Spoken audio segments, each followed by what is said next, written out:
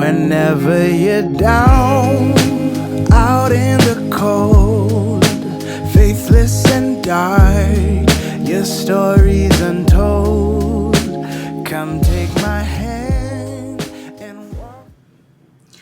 Hi guys, sorry I look like a floating head, but I didn't feel like holding you up, and my stand, I have my short one somewhere in the office, but I don't know where it's at. I've got clothes on top of it, so I had to use my taller stand and put it on the table, and I'll put you back a little further, maybe that'll work. Anyway, so I can't get it to go down any lower, and I don't think I can put my head up any further. So anyway, how y'all doing? Welcome to Too Cute for Cancer. My name is Jody, and if you are new, well, welcome. I'm so glad that you took a chance and clicked on my thumbnail, because I really do appreciate it. Now, let me tell you a little bit about my story. I was diagnosed with cancer, breast cancer, 24 years ago, and it was stage 1. It was simple, it was easy. I had a lumpectomy, I did radiation, boom, boom, done. 8 years later, I go in for my regular annual scan thinking everything is okay, and boom, the nightmare starts all over again. And since that started, I don't know. It just feels like it's just gone into one big lump. Anyway, I've been fighting stage 4 cancer. It moved into my bones, my sternum, my spine, and that's where I have been. Recently, after doing a holistic protocol, I was able to go into, my cancer went into remission. No, I'm not cancer free, but my tumors they're not showing up on scans right now, so it's the best possible diagnosis that I could ever hope for, the gift of more time.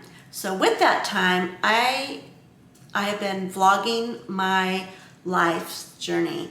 If you'd like to catch up with the whole complete detailed story, see me bald and skinny, all that stuff, you can click. I will leave a playlist that you can check out to kind of catch up with my backstory. But from here on out, I vlog, I just show you my life. I share my family, I share my feelings, I share my ups, my downs, my medicals, the side effects that I've suffered from chemotherapy, just you name it, I share it. I'm a completely open book.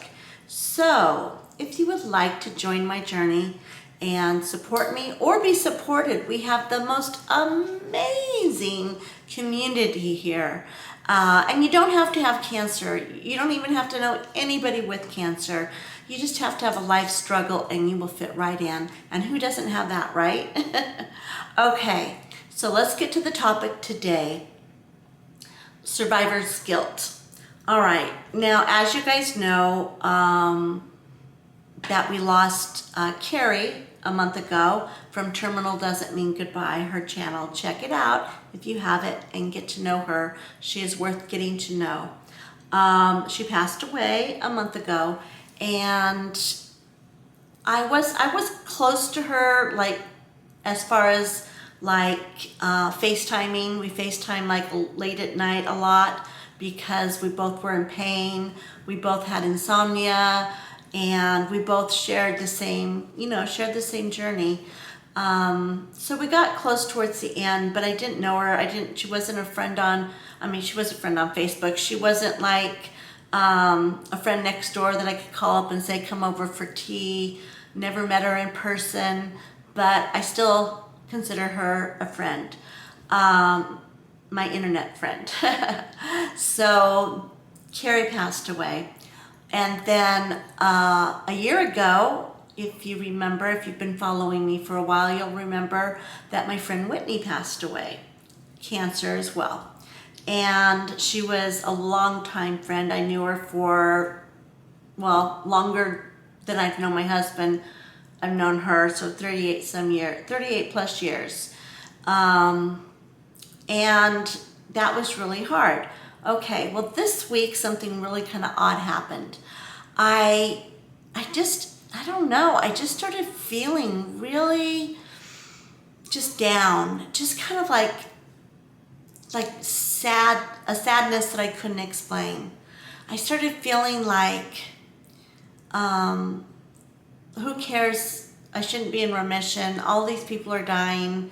Maybe I shouldn't talk about it so much. Maybe I shouldn't shout it from the rooftops that that I'm alive. Maybe I should just tone it down a little bit, because all these people that are not in remission or still struggling in pain or whatever, I don't want to make them feel bad, and really my cancer's going to come back and I'm going to die anyway. That was just kind of my self-talk. And that's not usually me. If you know me, I'm usually very upbeat and very positive. So I just kind of just didn't feel right about anything, really. I felt just sad. And then one day I just didn't want to get out of bed. And it wasn't from pain. It wasn't from being too tired. I just didn't want to get out of bed. I just wanted to curl up and put the blankets over my head and just let myself be depressed. And I couldn't figure out, why am I sad? Why am I depressed? I don't know. It just started building up, and I just really couldn't put a finger on it. I don't know if you guys have felt that way. Let me know in the comments if you have. Share it with me. Anyway, so after a day in bed, I got up and I thought, you know what? I haven't worked on my book in a very long time, because I am on chapter 5 of my book that I'm writing. I'm writing a book and I'm getting closer to finishing it, but every so often I don't want to deal with it, and I just put it aside. And for whatever reason, I just felt like God was saying, you know what? Get on your laptop, go back and start reading through the chapters that you've written, and then go ahead and start with another chapter. And I felt like I needed to do that. So I go back and I'm got my laptop, I got my book open, and I go back and I start reading, kind of to inspire myself and to see where I'm at, have it outlined, I have a plan, I have it all, ready to go, where I'm at and what I'm doing, what chapters and all that. But I needed the right mind space to keep writing. So I went back and I started reading my own book. And all of a sudden it hit me why I was sad. I don't think I've dealt with all the people that I know, either through chat groups, online people that I've followed and connected with, to dear friends that I was best friends with, family members, and now Carrie, of all these people who died. And I counted 13 just in up to chapter 2. I'm like, oh my gosh. And I started thinking about each individual person, and I just felt so overwhelmed. And it hit me.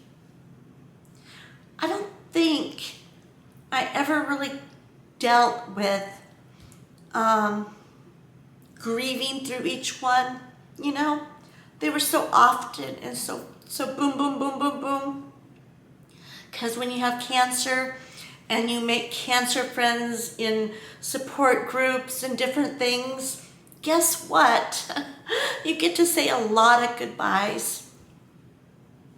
And so I went back and I was looking, and I started feeling so intensely guilty. And I'm thinking, why am I feeling this way? It's not my fault that I'm still alive, And so then I start looking at things that each person has done in their journey, and I see that we've all done things differently. We all had different cancers. Our bodies were all different. Everything was different. But what I did notice was that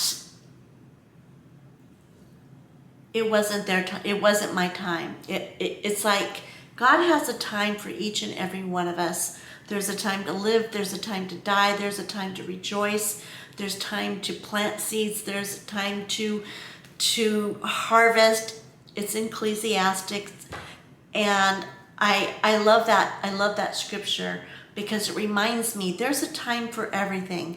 But in that scripture, it also says there's a time to die. And each person has an appointed time to die. And, I don't know why God has chose to keep me going as long as I have. I'm grateful, but I also know that anybody could die at any time. I remember watching a show just recently. My husband and I have been watching, I'm not going to say the name of the show because it might kill it for you by me telling you this, but it's a show where the man has like a police job and the woman is always worried about him and like, I just want you to quit your job because you're going to get killed someday. I just know it.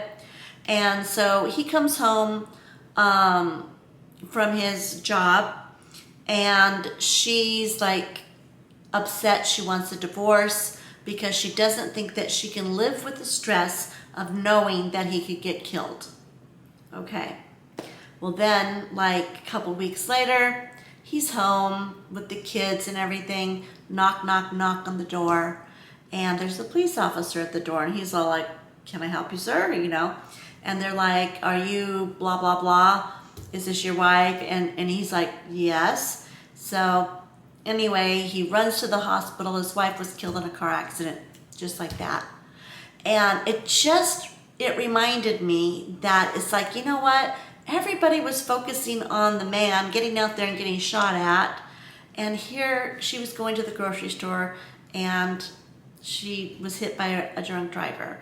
It's like, just because we have cancer doesn't mean we're going to die before everybody else,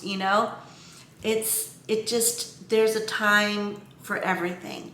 And my time is to stay alive right now and to support others that are coming up with illnesses, with chronic illnesses, people who just want to better their lives. They want to change their style. They want to they want to learn how to do new makeup after having cancer and they can't find their eyebrows. I'm really good at showing them how to do that. It's like whatever I learned and what I know, I'm sharing, with the people that come after me. And that's okay because it's not my time. Today is not my time. Maybe later tonight, I don't know. We're not going to talk about it, but right now it's not my time. But like I was talking to Carrie before she passed, she goes, "It's okay, it's cool, it is what it is." And she goes, "It's my time." And she was so peaceful about it. She's like, "I'm not stressed out about it. I'm worried about making things right before I go. That's all. That's what I want to do." But she says, "It's okay. It's my time. You're going to keep going." She told me, "You're going to keep carrying the light." And that's the way it is. It's like a relay, where you get tired and you pass the baton on to somebody else. But each person has a time. My first friend that died of brain cancer, my kids were real little, and we had become best friends. Her husband sold us our first house. It's funny, Bill Jaggers. Hi, Bill, if you're out there. Anyway, my friend Carol, we did everything together. I think we called each other 4 or 5 times a day. We had breakfast together, lunch together. We were inseparable. And one day she told me, she said, "I have a bad headache. I keep telling the doctor, and he keeps telling me that it's stress." Anyway, long story short, it wasn't stress. She had a massive brain tumor. It was inoperable. And from the time that she found out that she had the tumor, she died 2 weeks later. There was no preparation. It was just like, boom. And it hit me really hard, really hard. It was really hard. But I didn't have cancer at that time.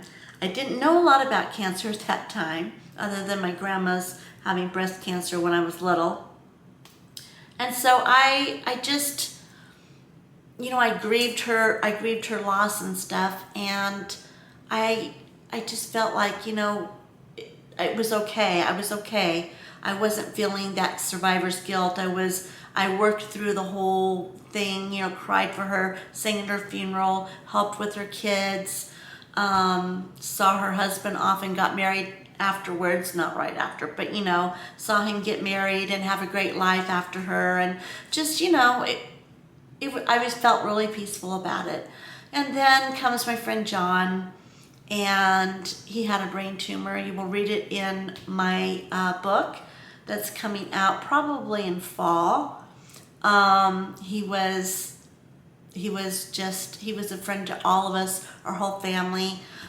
Brain cancer. He lived 26 years, should have been dead in 18 months. And I always he was my guru. He got me juicing, he got me doing all this stuff to better my health. And he passed away 4 years ago. And anyway, it's just been like one right after another, you know. And then when I joined the cancer group at church, all of a sudden, like, I would miss a couple months, I'd come back and there'd be 3 people missing, 2 people, you know, every time. And finally, I just couldn't handle it. I was just like, I can't deal with it. I don't want to sit around and talk about dying. I can't do that. That's not me. I want to talk about living. I want to talk about the here and now. So, you know, I kind of tuned out to any kind of cancer groups because I didn't want to have to handle all my friends dying off at once. Yeah. So then I started going online at nighttime because I was being in a lot of pain. I couldn't sleep. So I started connecting with different people online. There was a lady, her name was Anne. I met her on Instagram. She had a cute little girl, very young, and she had breast cancer, and it spread, and it was triple negative, the same as mine. And she fought like so hard, and she ended up passing away.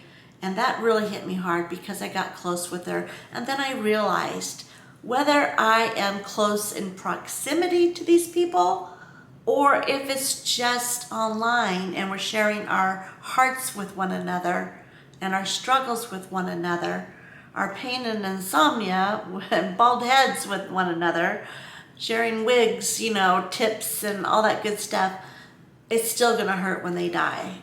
And that's a fact. So anyway, as I was reading through my own book, I realized, you know what? I needed to grieve. I needed to take off. I needed to take the camera, sit it down, stop trying to push myself to come up with, you know,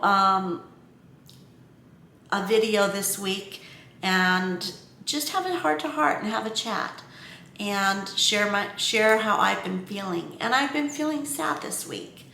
And there's really no really exact reason why. It's just, I think that survivor's guilt. I start feeling like I have buried so many people, and I'm looking for the people that have been beside me from the beginning with cancer, and there are none. I admit, I'm the only one in our group, the only one that I know that has lived this long. And yeah, so I feel guilty sometimes, survivor's guilt. And I know in my mind that is not the way that God would want me to feel. So what brought me peace, what brought me, kind of pulled me out of it until now when I'm thinking about it,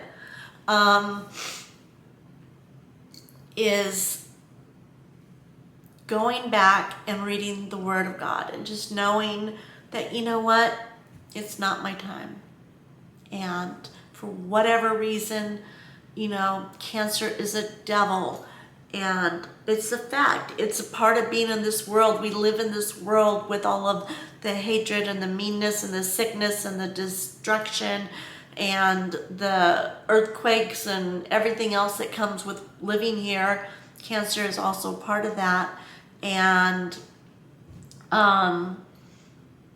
you know, a lot of people die from it. And I haven't yet, but there's a reason why I'm not gone, and I believe it is for me to continue this channel.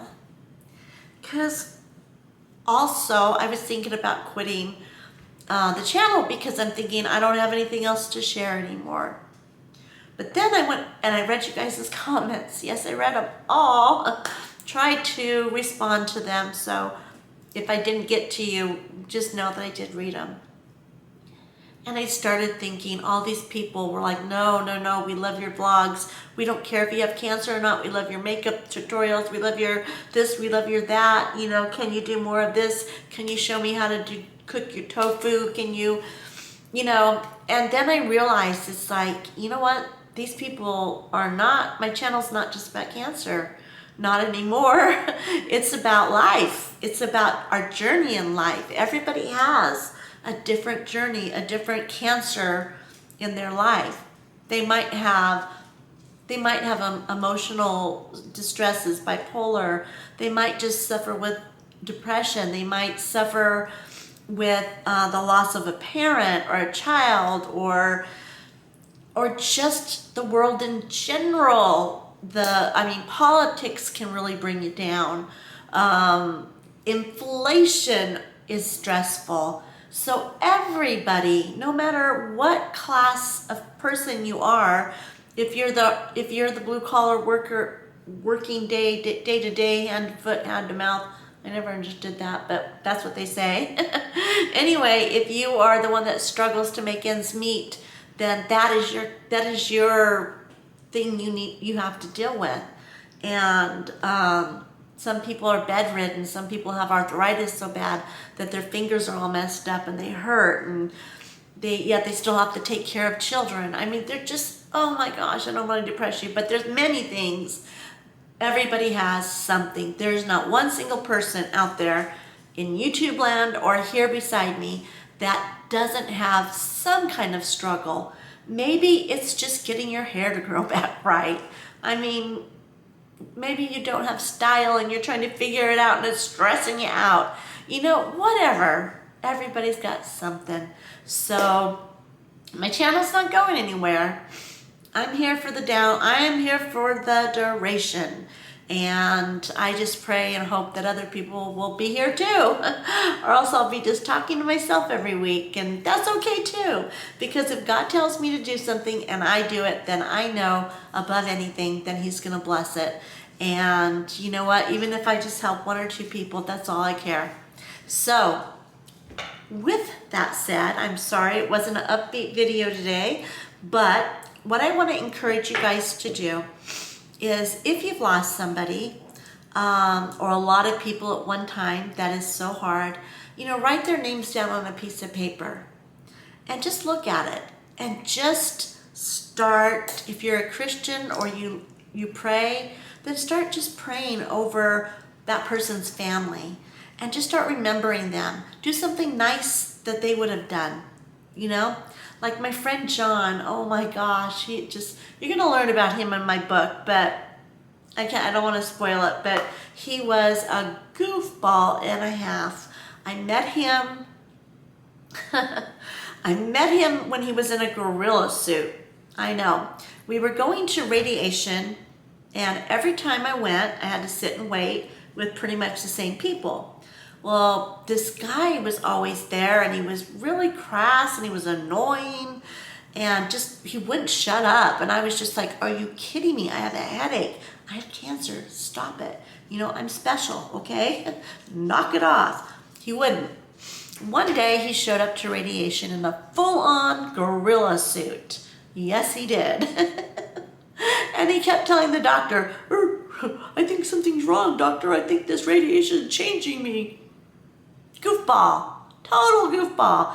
Anyway, he won me over. We became best friends. His wife and him started going to our church, and our whole family. He was a drummer in my son's band. Yeah. So now when I honor him, and he was a makeup artist and a hair person. He did all my hair, my makeup, and he was really, really talented. His family owned a place, and he worked out of it and stuff. And he did like Vegas shows, and he was very, very kind of elite. So every time I think of him, I go and I put my makeup on, and I just think of all the things he taught me about makeup, and I honor him in that. Carrie, Hot Girl Summer, went swimming the other day, laid out, and I was thinking about her. You know, every friend on my list had something. My friend Carol, she loved coffee, so I went and had a cup of coffee, and I just thought, and I prayed for her family, and I thought about her, and I let myself be sad. You know, so what I'm encouraging you guys to do, if there's anybody that you've lost from anything, grieve them, put them on a piece of paper, honor them, and know that it was their time no matter what. There is a time under heaven for everything, and right now is your time to live. And ask yourself, what am I going to do with me today? What am I going to do with my life today? How can I be a better person? How can I help someone else today? You know, that's all I have for you guys. That's it. I know, no vlog, no nothing. Just sharing my heart. All right, you guys, if you would like to subscribe to my channel and you have not yet, I would love to have you. So you guys know what to do. Just hit that little subscribe button. And you know, they say set the bell for reminders, but I've learned lately that YouTube does not ding them and doesn't keep that up. So that was a little disheartening, telling everybody to set that bell to remind you when YouTube is not doing their part. YouTube, hello. So hit the subscribe button at least. And I will see you guys all on Tuesday with another vlog. This is Too Cute for Cancer, signing off.